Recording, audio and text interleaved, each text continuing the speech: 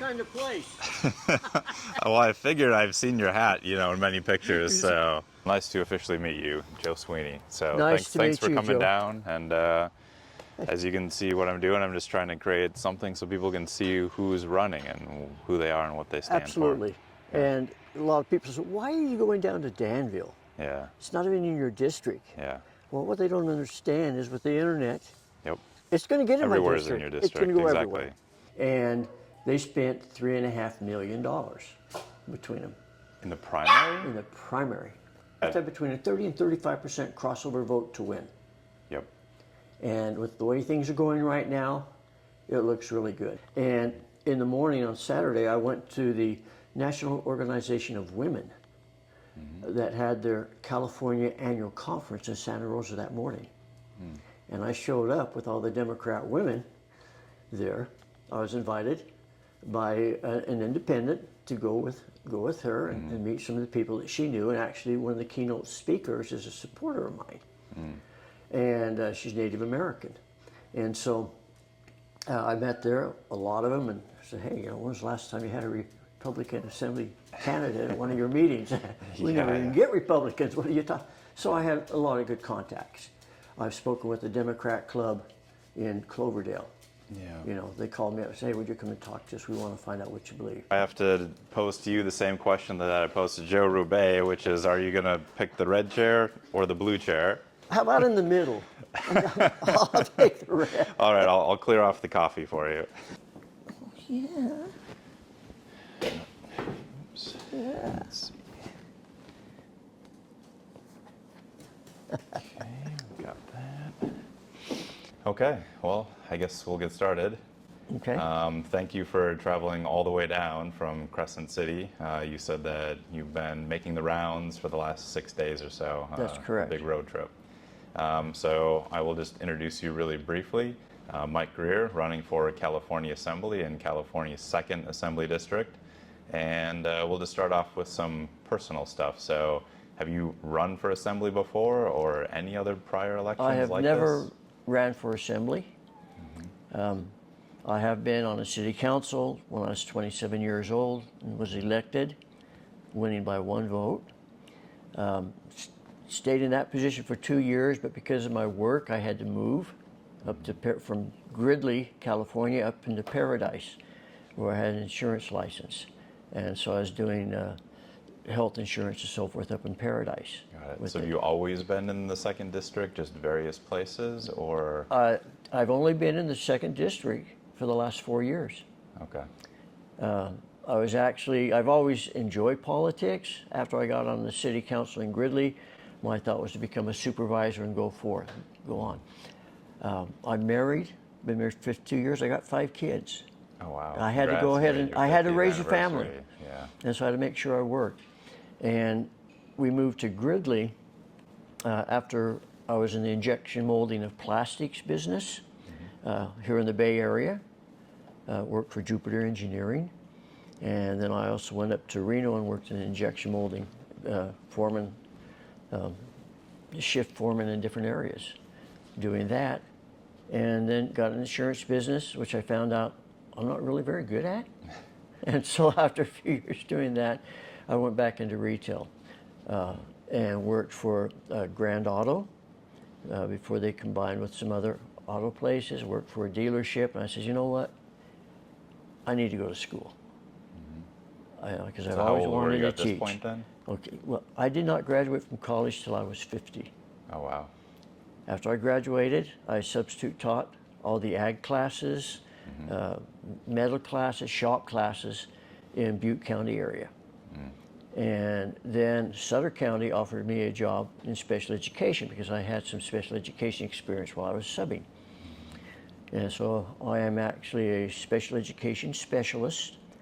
I taught for 20 years in the same classroom for transitioning, which is 18 to 22-year-olds severely handicapped.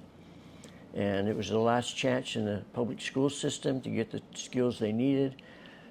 We had our own garden. We ate out of our garden all the time. We taught a microwave cooking class. They all had jobs in the community. And so we had a very viable special education program. And then I retired from that. I was also at that time as a teacher, a California Teachers Association union president. And I had about right close to 100 special education specialists in different areas, speech, you know, SDC, all different types of special education specialists in our union. And also for the last few years, I was a service center chair for California Teachers Association, representing Colusa County, Sutter County, Yuba County, Nevada County, and Sierra County as a service chair, doing a lot of the training of the union presidents and leadership, putting on conferences, being on conference committees, and so forth up there in the North State.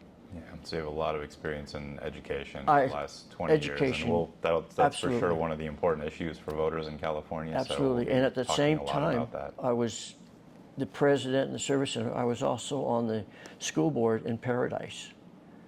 So I was doing that at the very same time.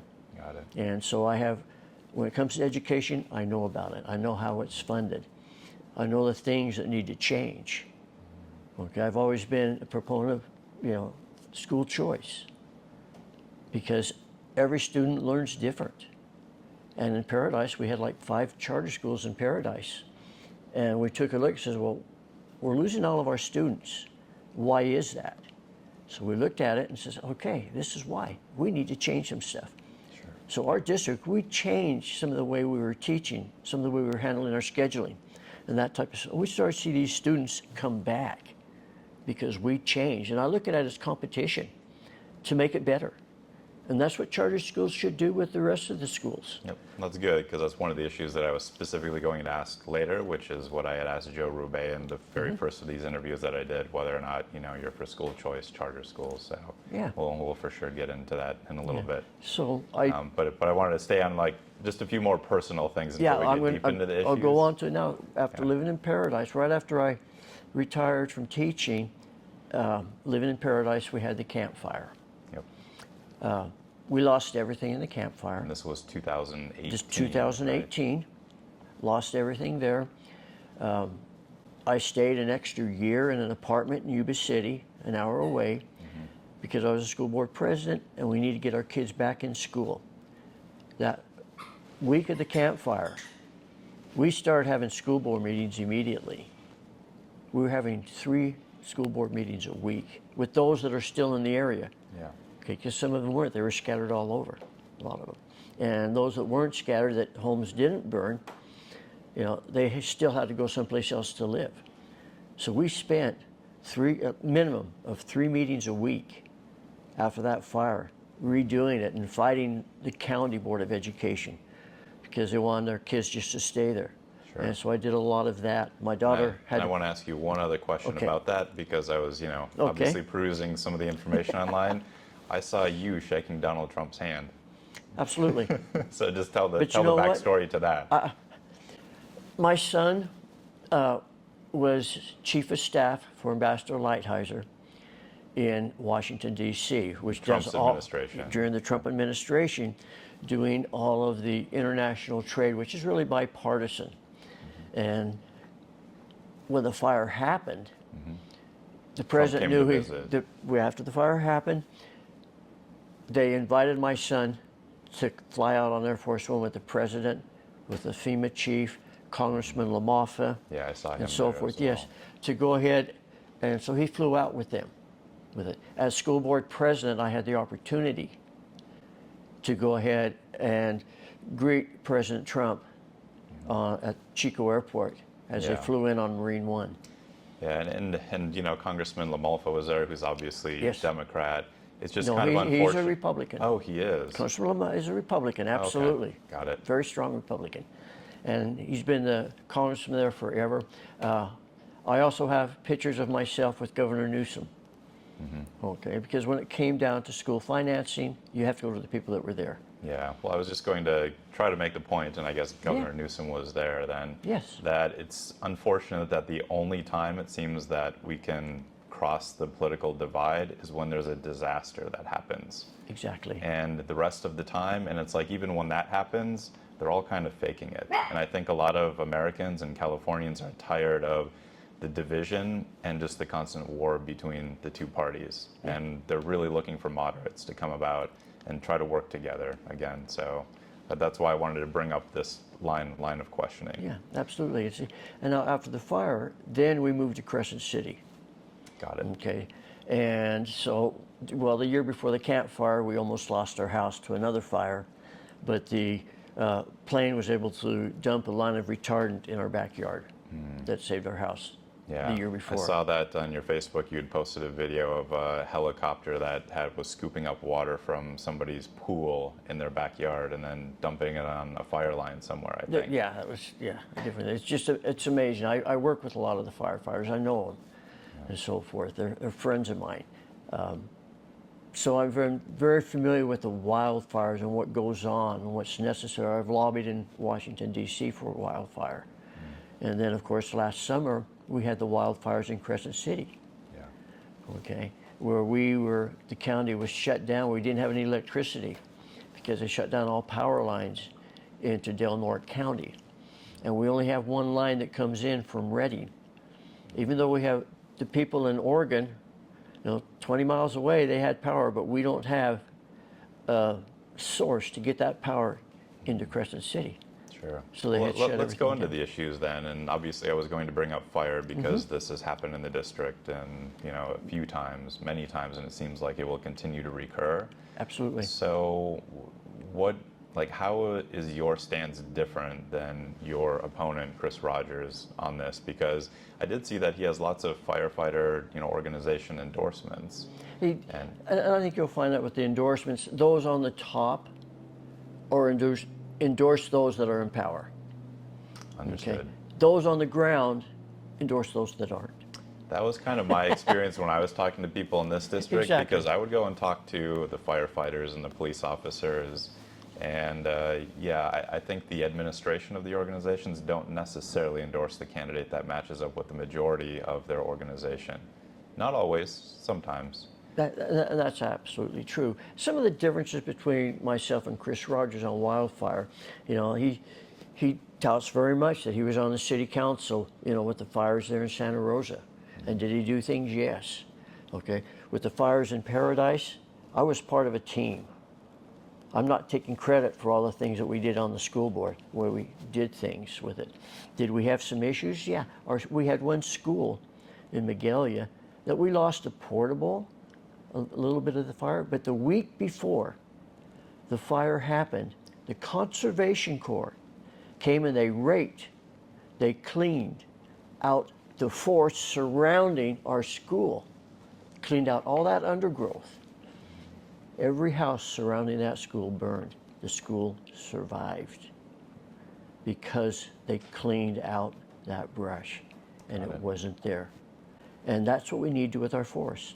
I've been in the sustainable forest, okay, and the way things are working, because I do have some of the timber industry behind me.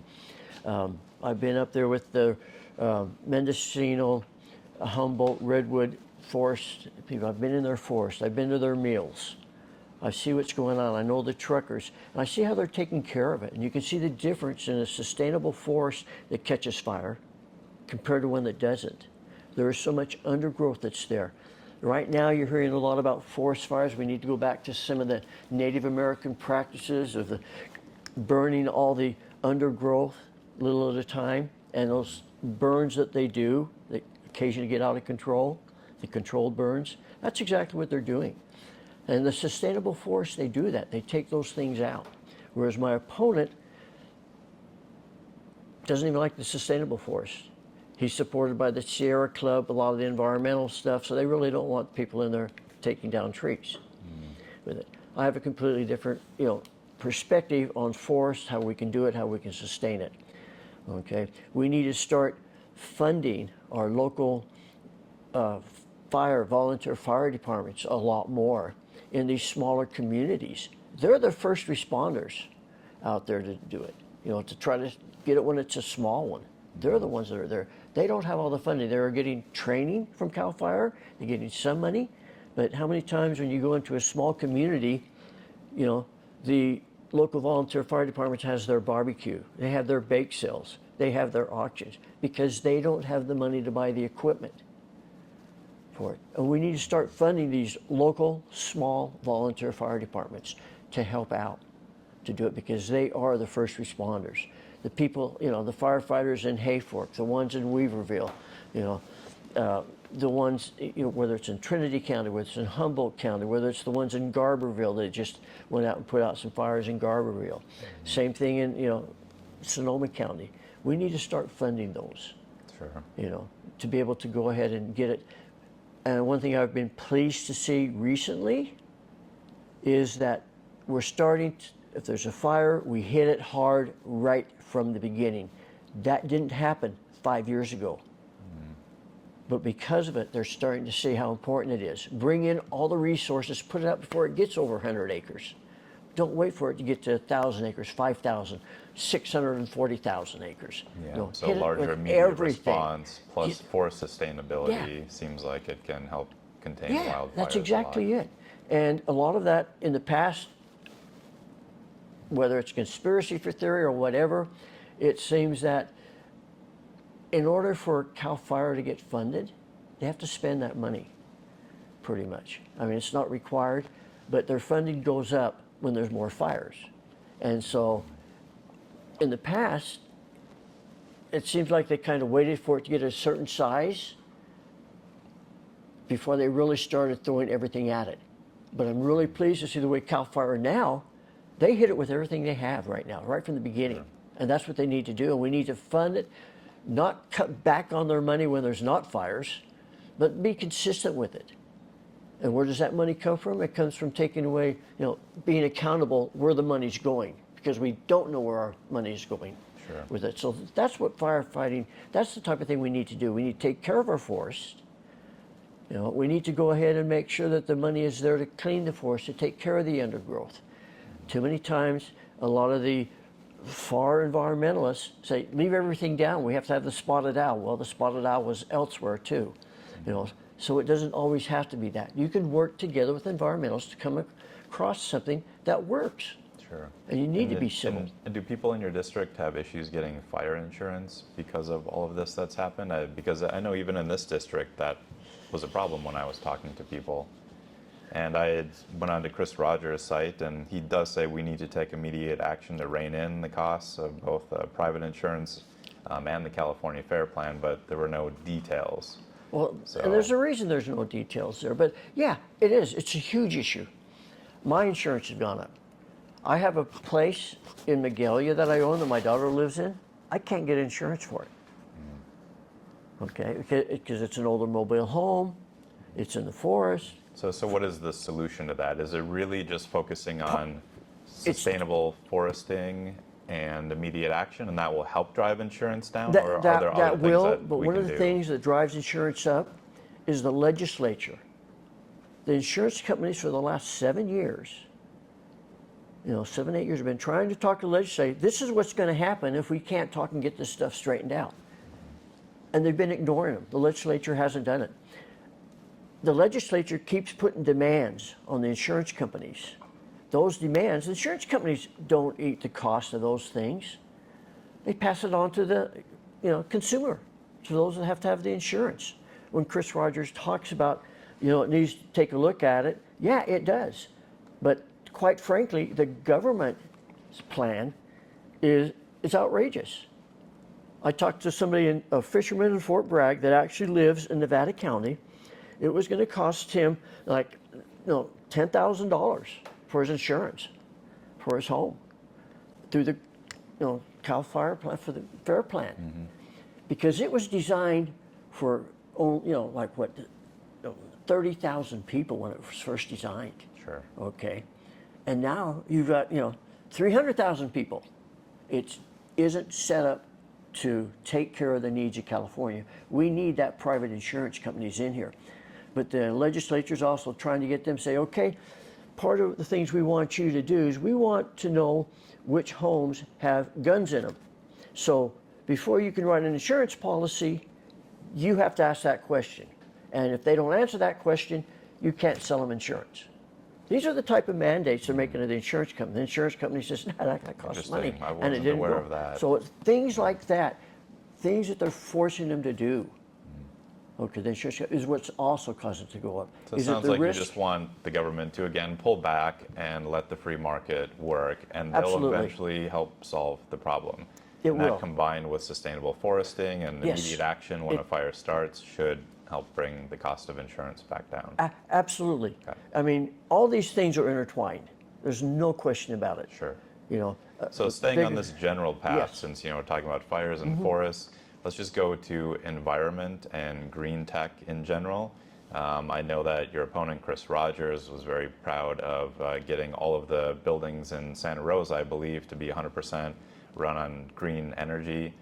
But then on the other side of it, it seems like that may be driving up the cost of energy and utilities and gas. So where do you stand on balancing environment, climate change, and cost of living? Okay. I believe there's a natural evolution of energy. Okay. We went from coal, we went to oil. We're going to eventually go to all these other alternative ways to do it. What I don't like is the mandates. One of the things that's happened in Santa Rosa is say, okay, you can't have a gas stove in your house. So it means you have to go with electricity, which is much more expensive, than natural gas is. And so what has happened, it has caused it to go up. California's green energy plan is bogus. It is not effective.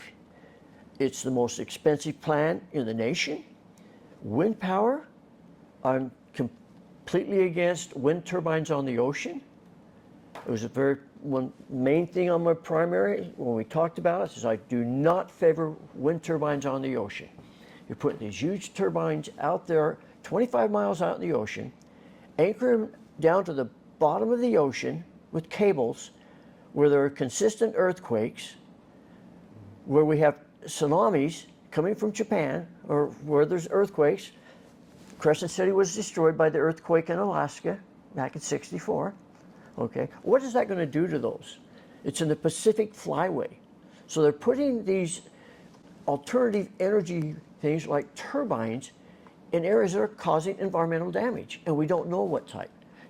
We don't know what's happening to the mammals out on the East Coast as far as the electrical impulses from the wind turbines out there, and they're not even way out in the ocean. Yeah, you're referring to the but whales these here, over they're going there to put that it. were dying. Yeah, well, exactly.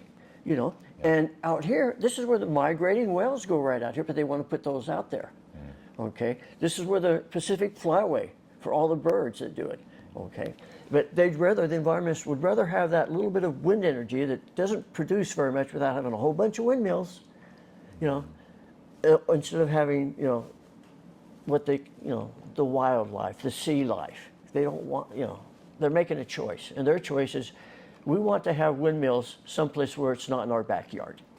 And to me, that's what environmentalists are doing.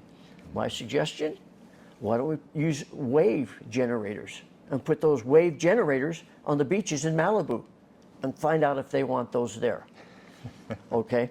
I do not believe it. It's raising up. One of the problems also is we are not using hydroelectric enough.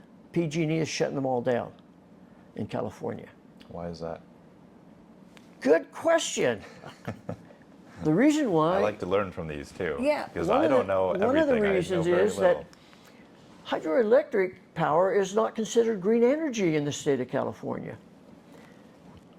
We're looking at having, 70% of our power right now is coming from out of state from green energy. The power companies are required to do that. They're bringing in, wind power is the most expensive energy there is, solar's next. It's not cheap, okay? And so as we bring that in, it's going to take our prices higher because we don't have our own energy development here. And because we can't use that electric, the power coming out of Lake Shasta, Shasta Dam, Oroville Dam, some of these other places, it doesn't count unless it's a small generator. Okay, you can have a public one considered, if you have your own little bit of a, hydro generator, it's okay. But the big ones don't count. So PG&E has not been taking care of their generators. Okay, they have not taken the silt out from it all, and that's why you're having a lot of the problems when they're taking down the dams up in the Klamath River. All that silt that came back down in. Okay, that's because they weren't taking care of it like they're supposed to. We need to reorganize the Public Utilities Commission. They're appointed by the legislator and the governor. You know, it's all on them. All these high prices is on the current legislature and the governor over the last 10, 15 years. They go in and they feel really good about themselves because they didn't give PG&E a 28% increase and only gave them a 17% increase.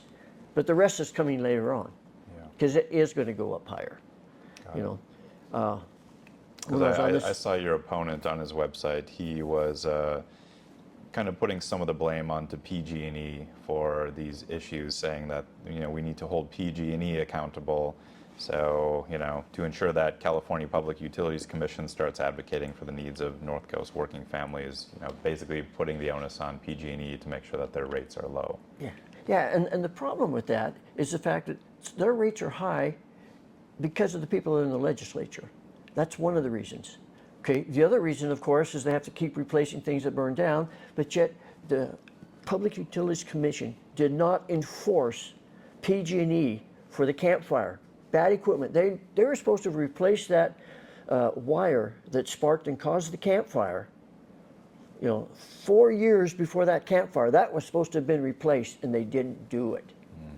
Okay, PG&E has some fault, absolutely, because instead of doing those repairs, they pass it on to their shareholders and to their, you know, CBOs. Okay, and so they do have some culpability in that.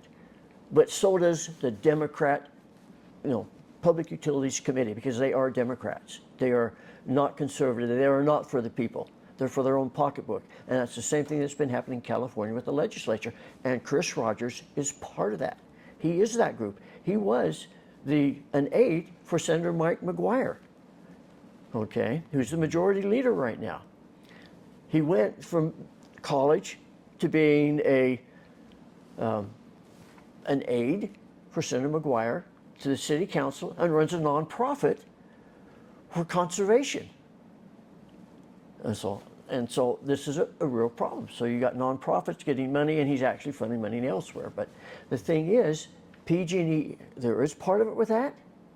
A lot of it is because of legislation.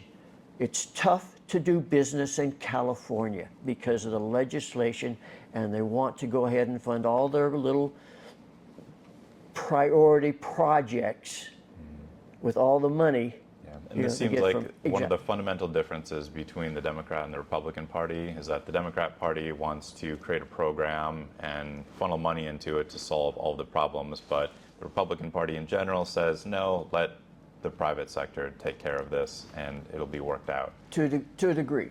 Sure. To a degree, I agree with you, absolutely, but you're absolutely correct. Got it. Yeah. So kind of sticking along with high cost of living, it is causing people to not be able to purchase homes, and it's causing homelessness. But there are also other things that cause homelessness, such as drugs. And I wanted to hear about your district. Is it a big problem? Absolutely. And how do we solve that? Because California has apparently spent $24 billion over the past few years to solve the homelessness problem, and it only seems to get worse every month. That's exactly, and that 24 billion is low, actually. That's what they couldn't find, okay? So they can find some, but you're talking billions and billions of dollars have gone toward it. It's huge. It doesn't matter if it's in Santa Rosa, it doesn't matter if it's in Crescent City, and everything in between. It's a problem. So how do you take care of it? Well, we know we've put these billions of dollars into it. Now, where do those billions of dollars go? They're going to nonprofits.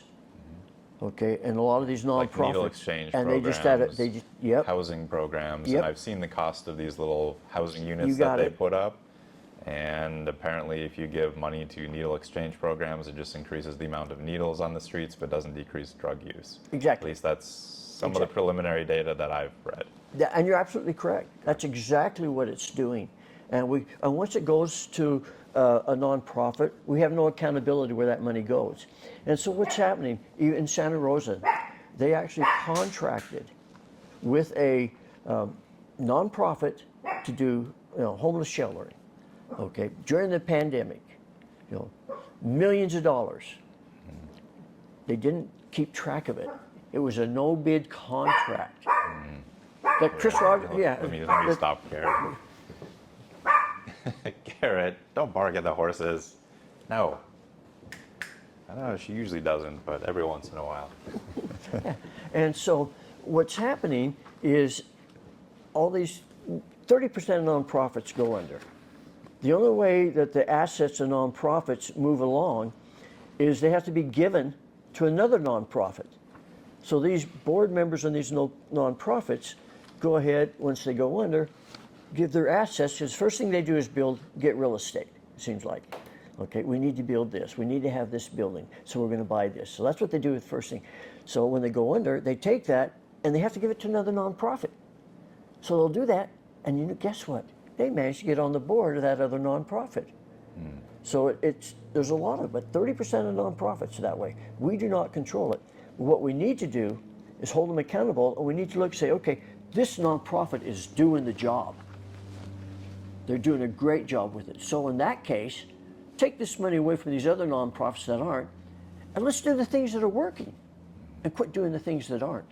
But we have to go ahead, it's just not providing the housing. Up in Crescent City, we're following a model that was actually in Arcata for small housing. How's that going to work? We don't know, but there's some wraparound services with it. Down from my house, within a quarter of a mile, is a large homeless encampment in the forest, in the redwood forest, okay? It's private land. The landowners don't even live there, and so it's hard to get them out. We're just starting to get some of them out, trying to clean it up. Okay, so what we need to do is look at that Prop 1, which I did not vote for, which barely passed, is okay, we're going to take care of it.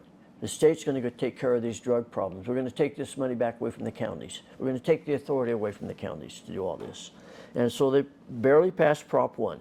That money will never end up with the drug dealers. I've talked to the homeless people. I've talked to a woman, her daughter, they were living in a van in an encampment, close to a school, so her daughter could go to school. I talked to her, she says, we never see any of that stuff. They don't come out and talk to us, these people. So do you think the money in the programs is actually just being laundered, or there's actual corruption going on, or Absolutely. it's just being I believe extremely there inefficiently is. spent? I'm not saying all of them. There are some great Sure. nonprofits. Yeah. There are some really good nonprofits. So you're basically saying we need to put in some kind of a framework We need that, accountability. yeah, that looks at what the nonprofits are doing and has some kind of tangible metric that we can measure as to whether or not it's actually decreasing homelessness, and then begin iterating effectively on this network of nonprofits and move the money to where We it's need most effective. measurable outcome. Sure. That's what we need, measurable outcome. Just like So when I did would these be IEPs. changes in the grant writing process I think then? it could. I think this is what's required. Okay. I know right now, there's so much paperwork that's required by the state that just basically goes into a file they never look at with it. But they have to be meaningful ones. Okay. They can't just be something written down, oh, you have to send in this report and they never look at it. Because that's generally what happens, because there's so much of it. They create so much paperwork that there's no way anybody can keep up with it. But it needs to be meaningful outcomes to see what they're actually doing. I was looking at a nonprofit sheet, and what they had done for the last couple of years and so forth, up in Healdsburg, in the district there. They received $2.5 million in this nonprofit. So I looked down there and said, okay, what have they been doing? This is programs, no programs for the last 2 years. Okay, what have you been doing with it? Well, I got down to it, started a little bit further. Oh, they gave $250,000 out to people, which I'm going to assume was for rent assistance or electrical bills or something like that. And that was it. That was $2.5 million. All the rest goes to their officers, the people on staff. Another nonprofit, an environmental nonprofit down in Southern California, they have 7 trucks. Part of their things that they do is a farm to fork process. You bring the food right into the school, whatever, that type of thing. They had 7 trucks. They had a maintenance guy, $275,000 a year getting paid. Okay, these are the things that are happening. Is it happening in all of it? No, I know some that are working. Sure. but we need to do it. We have to have that accountability, and we have to be able to have, those measurable outcomes. We don't have that. We just give the money and sit back and say, oh, it's not our fault, we gave them the money. And then the state keeps taking away local control. So the counties that are responsible for the drug use to take care of that, to help with that. Okay, the governor is now taking their money away, but yet telling them they have to do more, or he's going to take more money away. Sure. Because of local control. Yep. But we need to do it. We need Vicious to do a cycle. wraparound. We need to get to the root causes. And quite frankly, Prop 1 that was passed, by 1% at one, 51% to 49 or whatever it was, really close. Because people realizing when the government has proposition of money, just like the bonds coming up in November, that money's going to go to the state. It's going to be wasted. Sure. And now let's just go into the cost of housing in general, not homelessness, but just housing for normal people, because it's becoming almost insurmountable for Absolutely. young people to buy homes in California now, and even much older people, because everything is skyrocketing. And older people are losing their homes. Exactly, because of Absolutely. the cost of living. Yeah. So how do we fix the housing crisis in Again, I'm California? going to come back to the legislature and the government. To me, one of the biggest problems is the cost of energy. Okay, anytime you want materials to build a house, it's got to be trucked there. Okay, so all that cost for that trucking is going up. All that goes back down into it. I know a number of contractors. I have a lot of contractors that support me. Okay, they're paying more for the materials. They're paying more for the building fees. Santa Rosa, Chris Rogers, is just having a new thing they just put on the ballot that he did to raise the fees. Okay, they're for everything in the city. All those fees are paid by the home buyer. Okay, you're required to have certain fire extinguishers in your kitchen, systems. Okay, you have to have those. Everything has to be electric. All of those things add to the cost. The contractors aren't making any more money. Okay, because all those costs go right back to the people that want to buy homes. The reason it costs so much is because of the restrictions, the permit process, and the requirements to build a home that they have to do now. And a lot of that has to do with the green energy program, because you can't have certain materials in your house. You have to do it a certain way. Everything new has to have solar panels. This all adds on to the cost of that home. And that's a large part of it. And I think a lot of that, by reducing eliminating a lot of these regulations will lower the cost. Is it going to take it all the way back down? No, because as we know through my lifetime, through your lifetime, we know that once prices go up, they don't go down very quickly. Yeah, unless it's an election year and they take the gas inflates, down. It doesn't come back down, but we can at least try to level it off and let people's real incomes catch up. Maybe. Well, that's exactly it. And housing is no different than the rest of the cost of living for food. Energy is one of our big things. We are paying so much for energy, and all those costs for energy come right back on top for the consumers. Whether it's for eggs, whether it's for milk, it's costing the dairies more to produce the milk. It's costing, whether it's the cattle ranch or whatever. Although their costs are going up. They're not eating that cost. It's just like corporations. You want to tax the corporations? Fine. But you know what? Those taxes are going back down to the consumer because they're not going to change what they're making. Yeah. So I can tell that a core issue for you is the rate at which California is pushing the adoption of green tech, and Absolutely. you believe that's essentially exacerbating inflation in every regard, from energy to the housing crisis. Okay, understood. Once you get a home, people want to feel safe in their home, and crime is an increasing problem, even in this district here, which is doing pretty well. I would assume it's an issue in the 2nd Assembly District too. How do you address the increasing crime, or is crime not increasing? Is it decreasing? Is it steady in your district? I don't know. It's increased. It's increasing everywhere, despite what some of the statistics show. Okay. Especially some of the statistics that come from the FBI. And the reason I'm saying that is because the FBI is not receiving the crime statistics like they used to from places like Los Angeles, San Francisco, Seattle. They're not receiving it, so they can't put those statistics into the ones that they're giving to the people.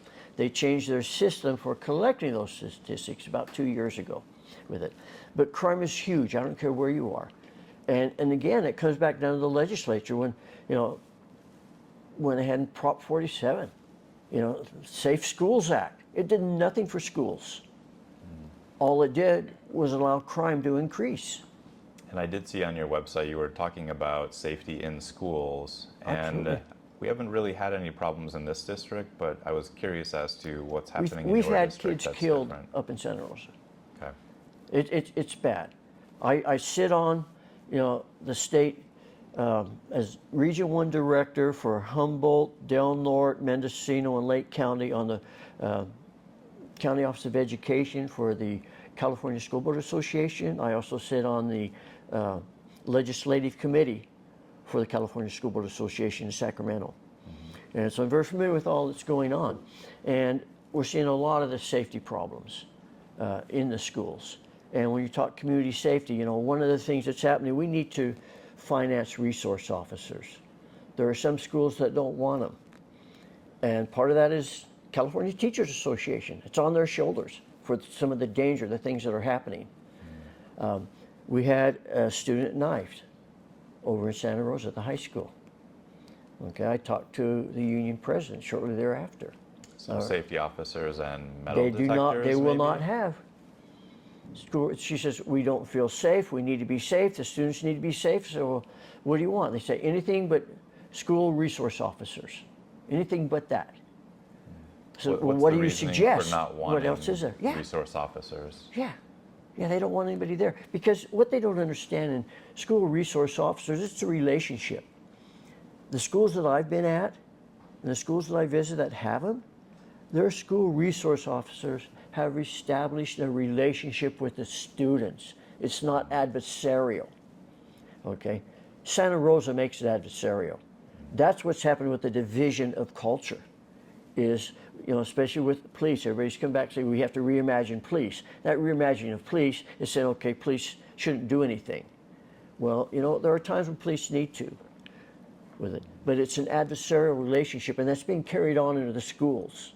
Okay. And it's so being resource carried on by officers in schools. and yeah, I think they should be there. I think they can really help.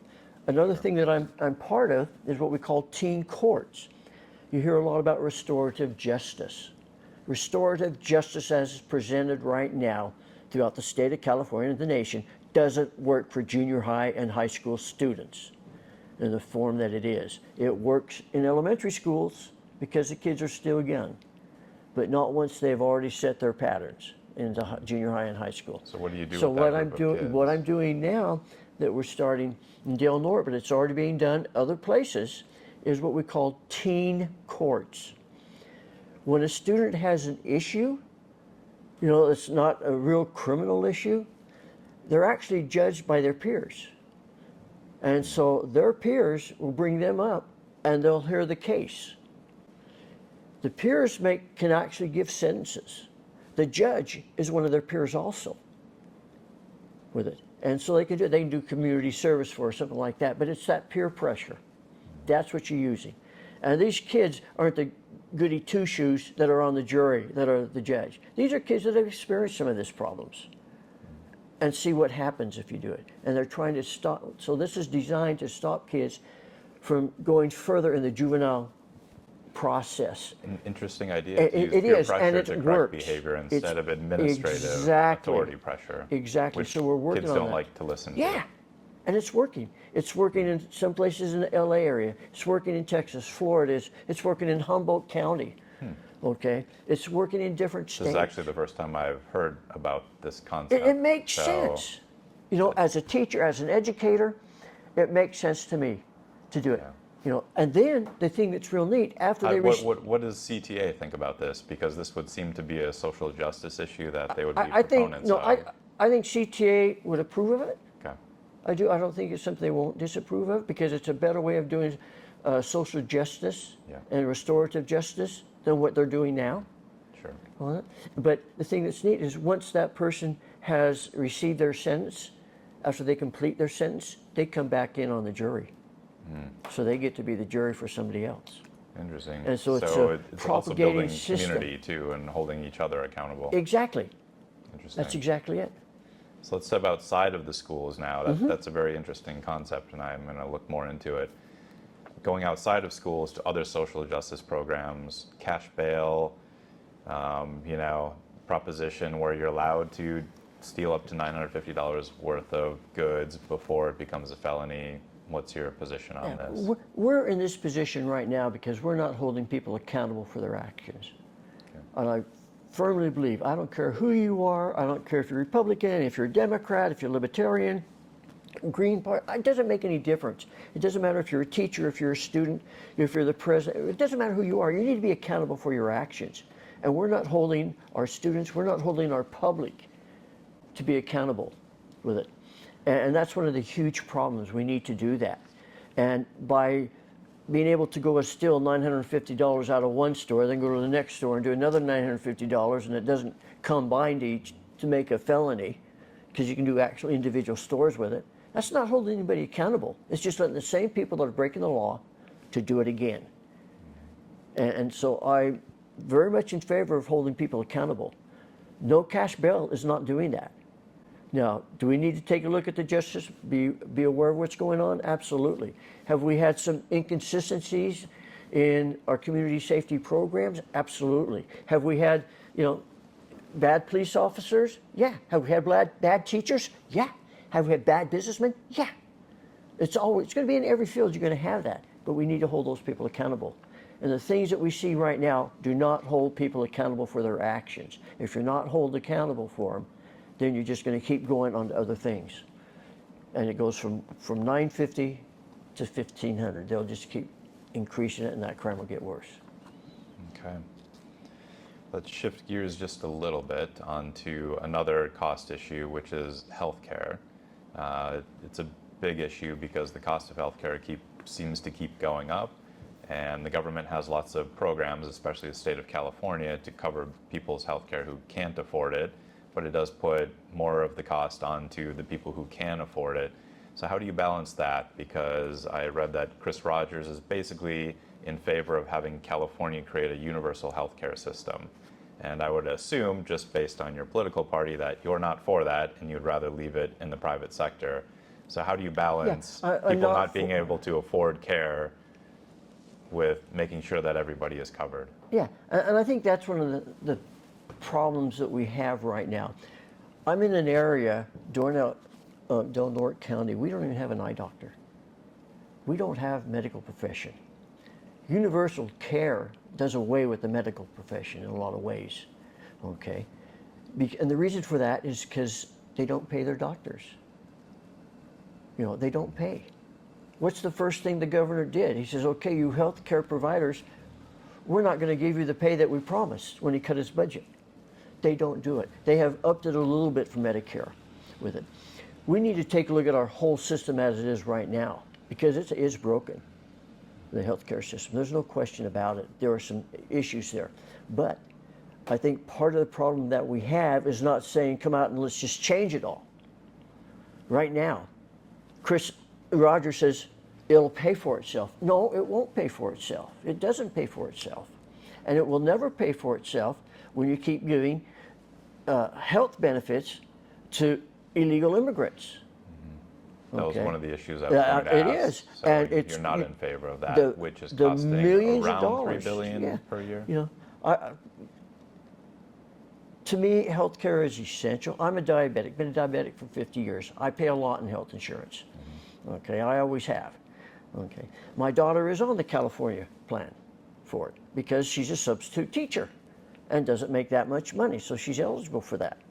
Okay, but she still has the deductibles with it. The only people that benefit from having a universal care are those that go to the doctor all the time that can't afford it.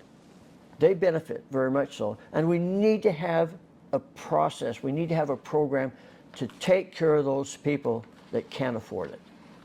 Okay. There's been a couple of things that would really help me to afford it. One is on the federal level. I get taxed on my Social Security. I also have to have all my health insurance come on my Social Security. So not only do I have to pay health insurance out of it, I get taxed on it too, something I already earned. Okay, well, take away the tax on that Social Security so I can help pay for my own health care with it.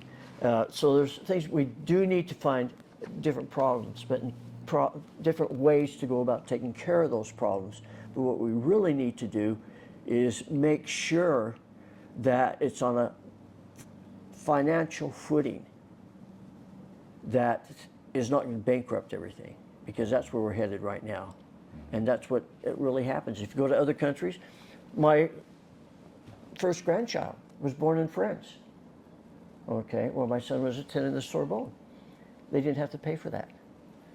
Okay, so it can work, but the thing is, for any type of electric stuff, elective surgery, something like that, it's going to take a long time to get it. You're going to have a lot more longer lines, because you're not going to have the number of physicians, doctors, nurses do it, because typically those people do not get paid. That's why you still have private physicians in England. That's why you still have them in France. It's because the government does not pay what it costs them to run it.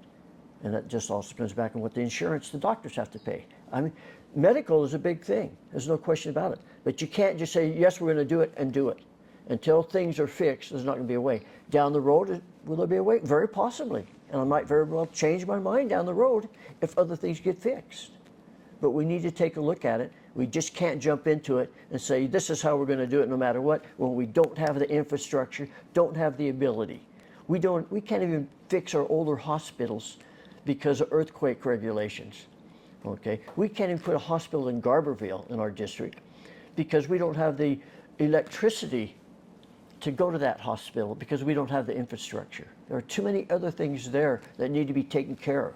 Sure. And they all could, so there's a lot of things. So my thing is, people need care. Yeah, we have emergency rooms for that, and it's extremely expensive. But we don't have the doctors. We don't have doctors up there. And if you want serious medical attention in Del Norte County, you go elsewhere. Understood. Okay, let's go on to the final issue, which is your wheelhouse, which is education. So we're not talking about school safety anymore, just education in general. Lots of people feel the academic preparedness of students is declining every single year. We're falling behind other countries measured on any objective scale. What are the core problems in our schools, and how do we fix them?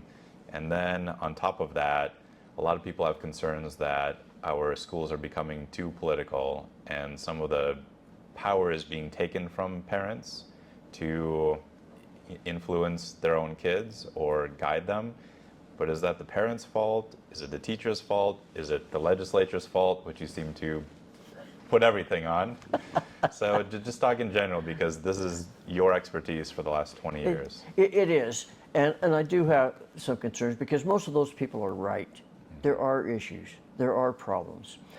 Having been a teacher, having been a union president for CTA, knowing all the inner workings of CTA, knowing the other side on the school board situation, things that we face, whether it's the hiring of new teachers. We need to go ahead and have reciprocal agreements with other states, that when a teacher has a credential to teach math in Illinois, they can come and teach math in California. But they can do that right now, but then they have to take additional classes for the state of California. Okay, so there's additional things that are put upon them to do it. We need to get away from that type of thing. AB 1955 is the big thing right now, of course. That was the parental rights. And just give the summary of that for people who aren't aware. It's the parental rights, saying that the school districts and the teachers cannot let the parents know about name changes, transgender, can't let them know basically anything about the student, what's going on, unless it's strictly academics. Sure. Anything else, parents aren't allowed to know. Yeah. Basically, the state, with AB 1955, decide they want to be the parents of our children and to raise our children. Okay, I'm completely against it for a couple reasons. One, I believe in transparency. Okay, basically that school boards, teachers need to be honest with parents.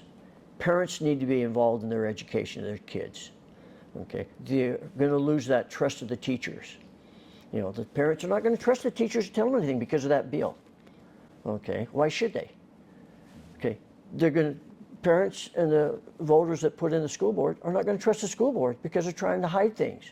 They're hiding it from them. The other thing that's really amazing to me is that if a student came out in school, and this in a small county like ours, in small communities, if a student comes out in school and says, yes, this is what this is who I am, this is what I am, it's already out in the open.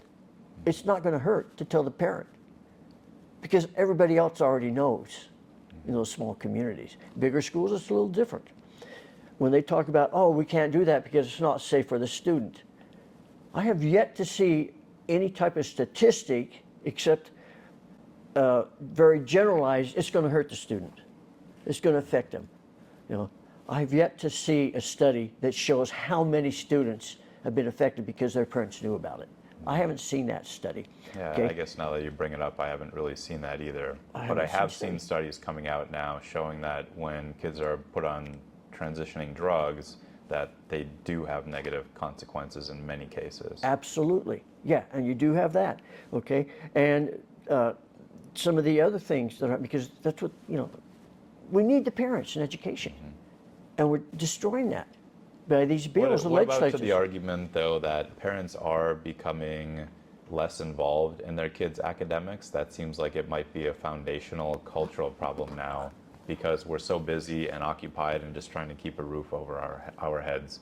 Because one of the things on your website was increasing parental involvement. Absolutely. So how do you do that? Because it does seem like a strong alliance between the teachers and the school boards and the parents is the best thing for the kids. Yeah.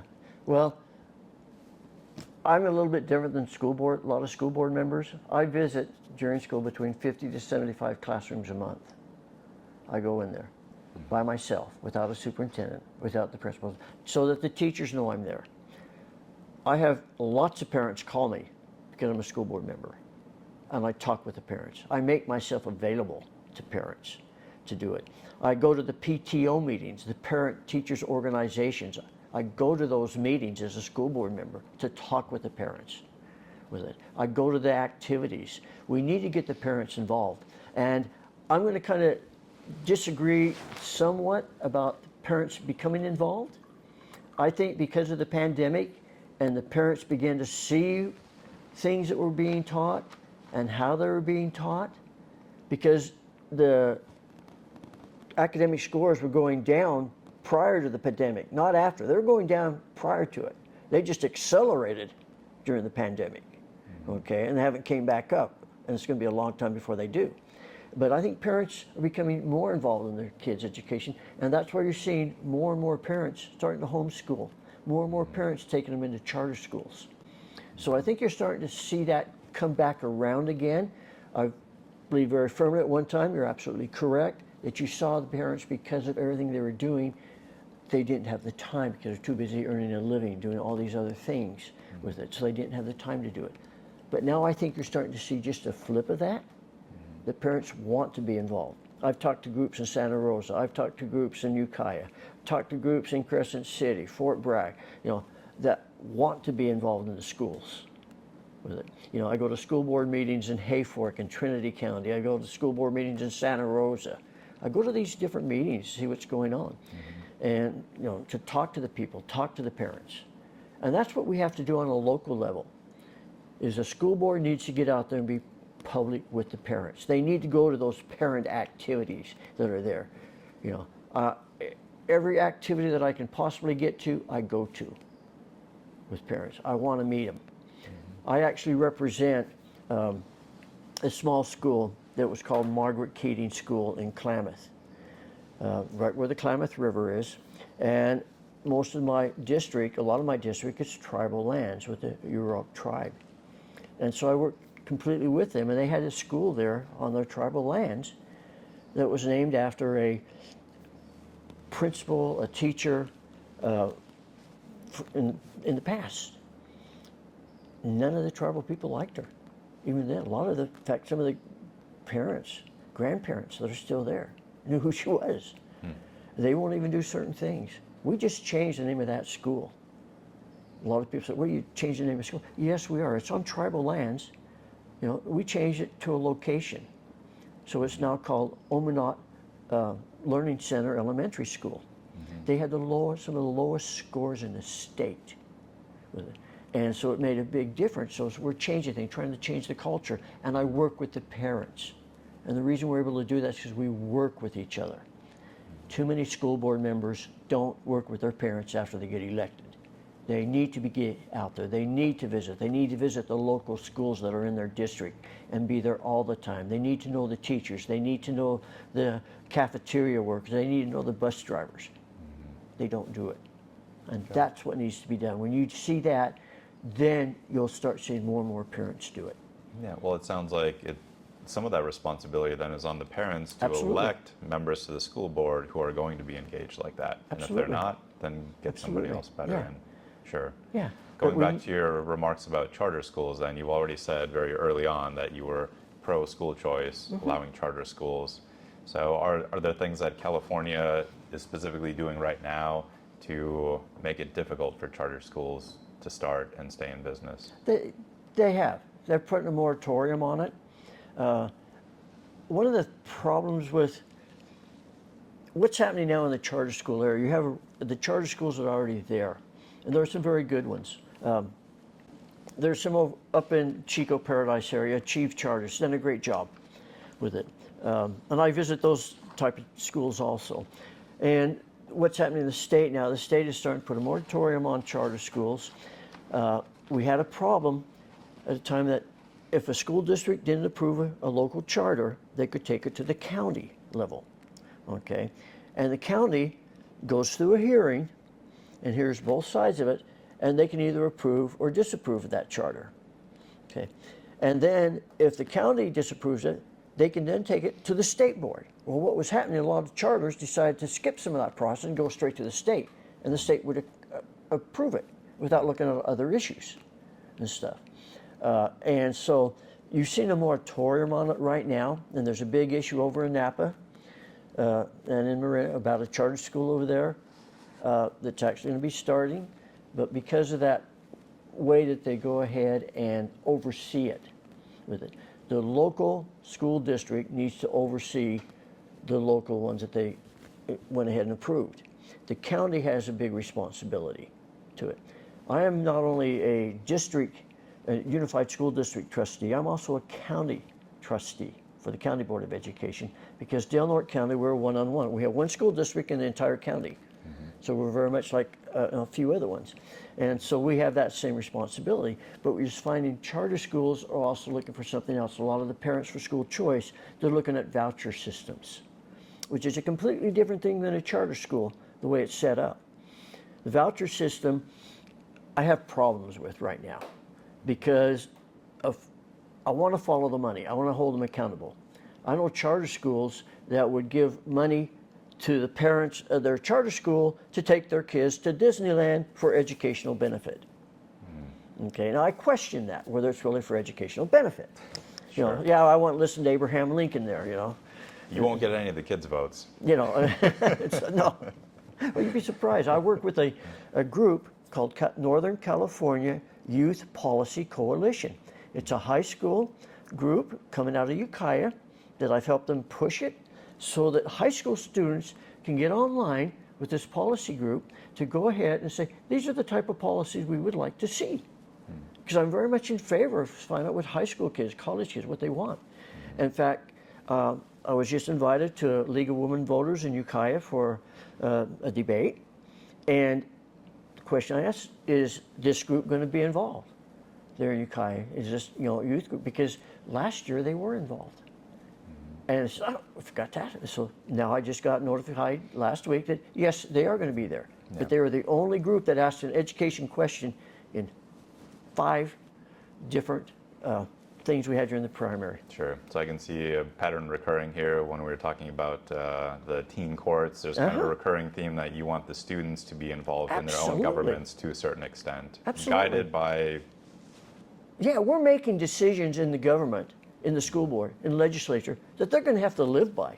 Yeah. They should be able to have some say about it or talk about it so they understand why, or help us understand why not.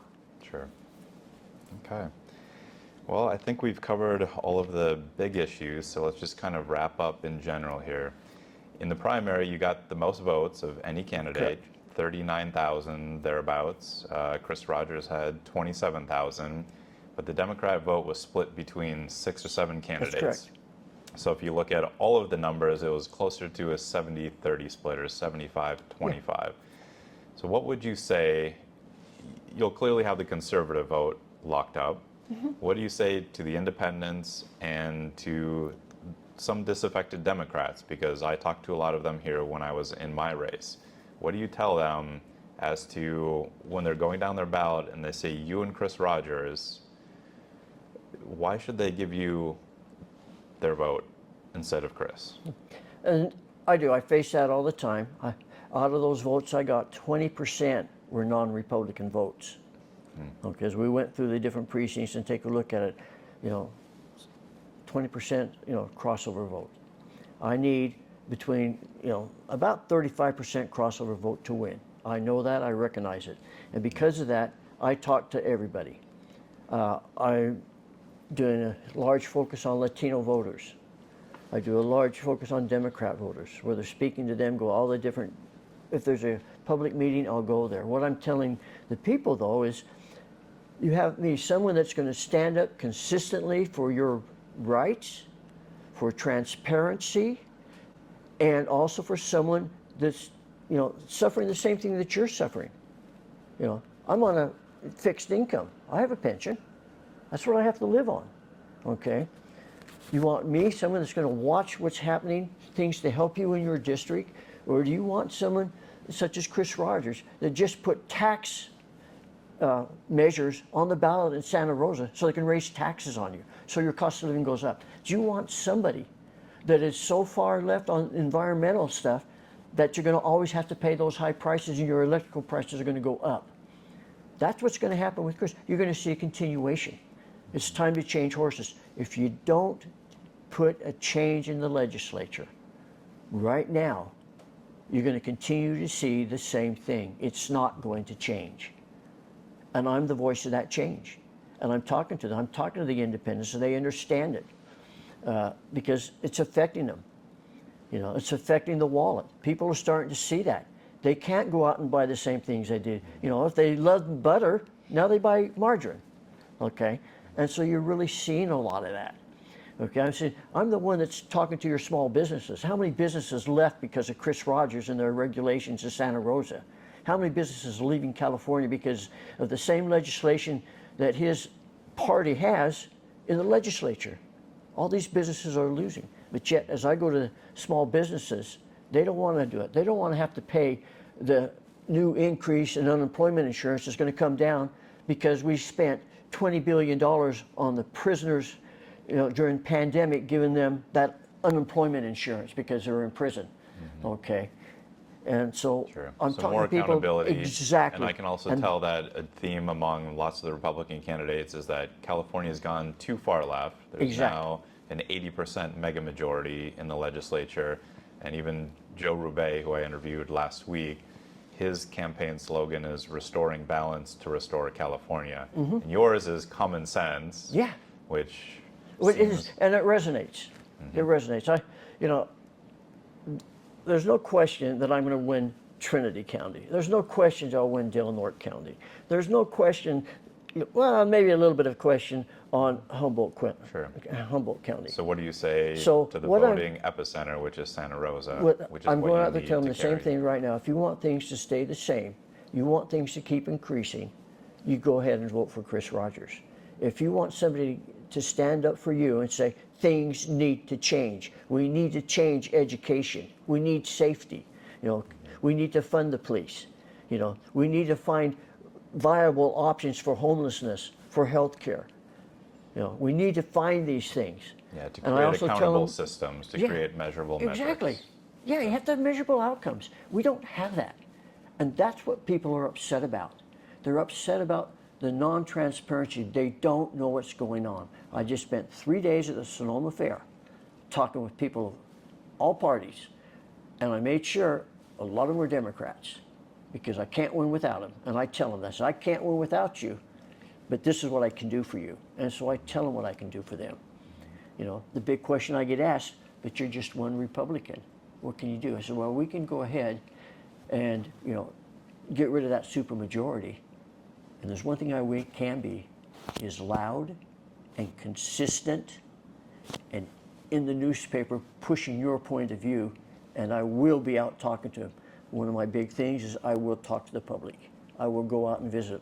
I could not even get in and see Assemblyman Jim Wood as a school board member, as legislative committee for the California School Board Association, or as a Region 1 director, which had directed 3 of its 5 counties and Board of Education. I couldn't even get into his office to talk to him. And I appreciate the sentiment of you wanting to get out there and talk to your voters and let them know where you stand. And that's the purpose of this podcast. Because these kind of forums where the voters get to sit down with their candidates and understand who they are as a person, where they came from, and where they stand on the issues doesn't really exist. It doesn't. That's what I'm doing here. And I can tell that it. That's your same philosophy if you were to get elected to office. And I appreciate that. My goal is to hit on 67% of the doors and businesses in the district. Sure. And we've already started. And you were on another podcast called What's Going On podcast. In Sonoma. And I didn't listen to that, but I did scroll down to one of the comments, and it was interesting, from Fish Dude, who was apparently your son-in-law, and he said that you were the only Republican that he would ever vote for. I don't know if it was actually your son-in-law or somebody else, but that was one of the comments below the podcast. And he was talking about how the 2 hosts were like very extreme MAGA, and he did not like them at all. To be nice in the comments, but he said that you are genuine, and I can tell you're well versed on the issues too. Yeah, I had a union president for California Teachers Association. In fact, on my webpage, we're working on it right now, to put on my webpage all the union members, whether they're IBEW, whether they're steel workers, whether they're CTA, whatever they are, on my webpage to let them know that these union workers are supporting me. Chris Rogers has the endorsement form. Yeah, I was just going to bring that up now that you're mentioning this. But he has no experience with unions except their endorsement. I've been in unions. I received 2 union pensions.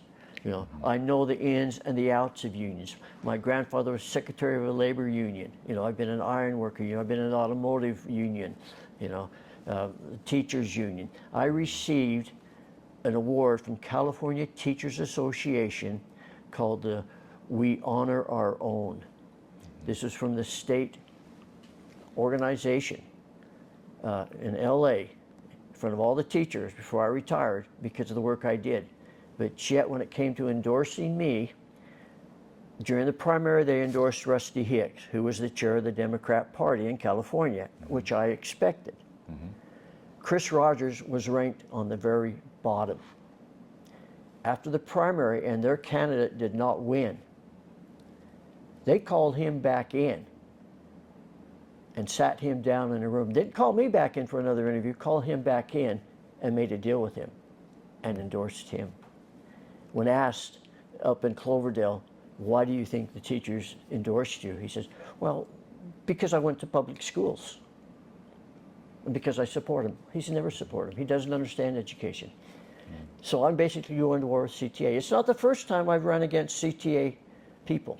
Sure. My first school board election, I beat the CTA representative that they endorsed and paid a lot of money to get elected. So in general, when you go on to Chris Rogers' endorsements page, it's like every Democrat in the state of like Northern California area, Santa Rosa, everyone from Gavin Newsom all the way down to current and former assembly members and senators, and a bunch of organizations, including teachers organizations, organized labor. But what you would say to all of those endorsements is that those decisions are political and made at the very top. Absolutely. And they don't represent the people who are actually part of the organization. They represent some of them, but the majority, a lot of them, they're seeing their wallets go flat just like everybody else because of the pay, what they have to pay. Teachers are coming in asking for more and more money because they can't live with the things that are going on, and they're recognizing it now. Are there some in CTA that do that? Absolutely, with it. But the main reason I was told by some people in that thing, if I was running up in the valley, up in Chico, I would have their endorsement in a heartbeat. Okay, because I'm a teacher and I'm a Republican, I'm in a Republican area, and they'd endorse me. Sure. But it's because of the money. It's because of the money and the power. Does that one vote make a difference? No.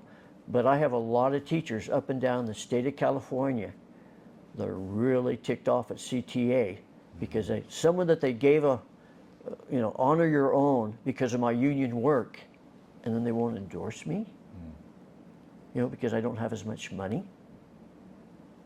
Sure. It does. It bothered me. It absolutely did bother me.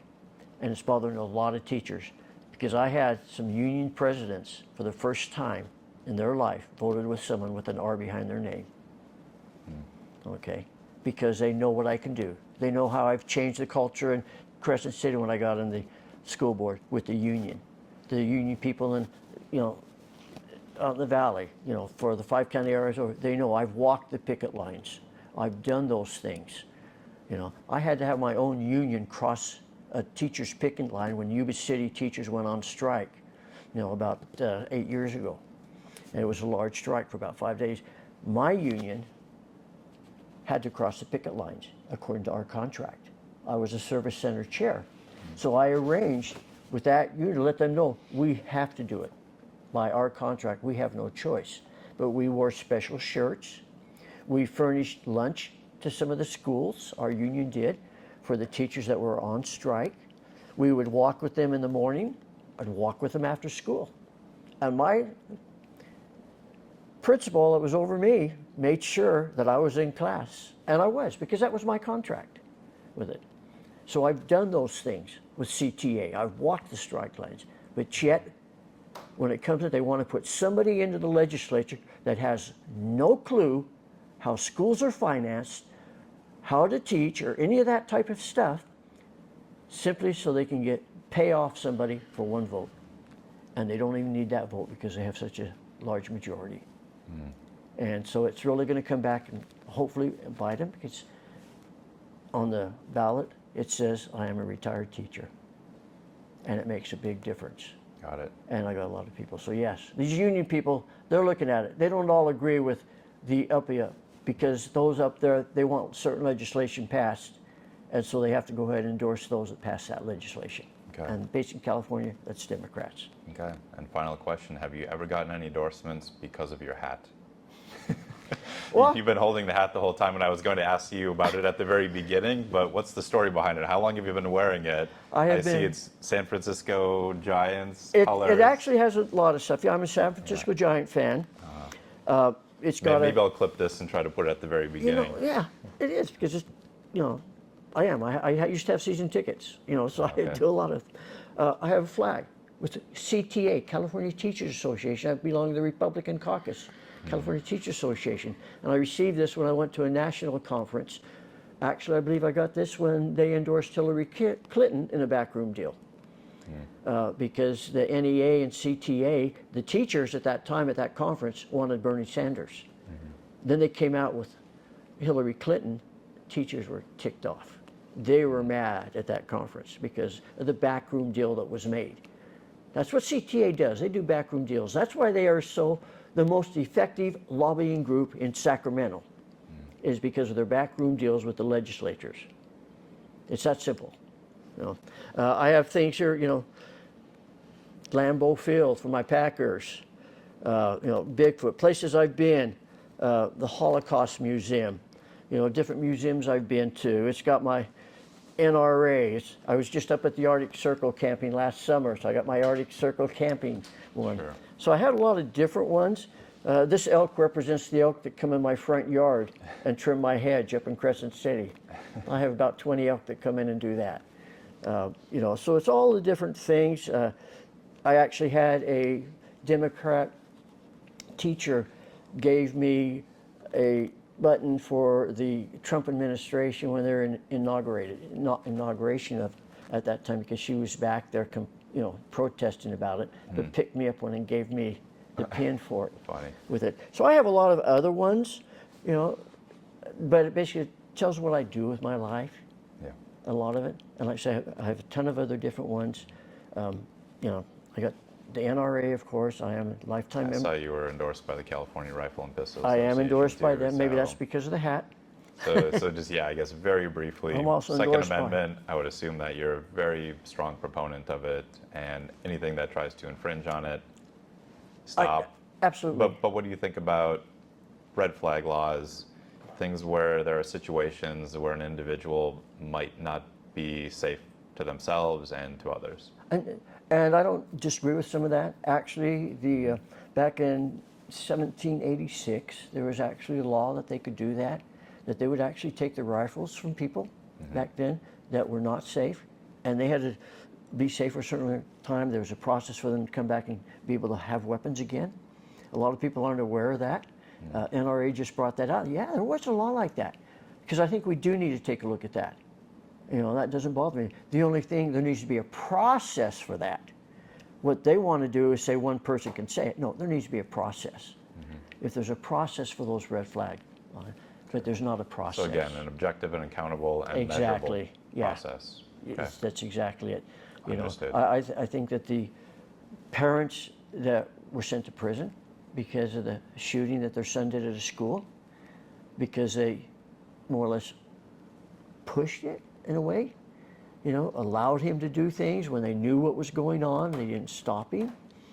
And so they were just, had that, court case, 4 or 5 months ago, the parents, were sent to jail as part of conspiracy to do that. I think we need to be held accountable. Just on a podcast in Brookings on the Second Amendment with 3 Democrats. One of them was a congressional candidate for the state of Oregon who happens to own guns. And so we had a real interesting discussion on it. I just had the facts. That's what I do. I had the facts. I quote from the CDC, all the different government people and how things are. Sure, and for anyone who's interested in, I'm sure, much more in-depth talk very about much so. this, I'll link that We spent in an the hour description on talking this about video. it and so forth Sure, to got do it. that. But and I'm very much, in favor of the Second Amendment, no question about it. I don't like to see my rights taken away one step at a time with it. So I support it. I'm not only an NRA lifetime member, much like Joe Roubaix. Roubaix was. Yep, it was a very similar position. He also believed that the parents of the attempted, Trump assassin should suffer discipline as well. Absolutely. And that's what we need to take a look at. But there has to be a process. And that went through a process. Okay.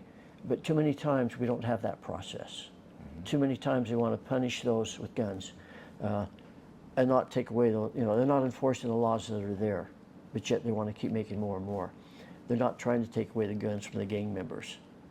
They're not doing that with it, I asked them real simply, in any of these shootings, were any of them NRA members?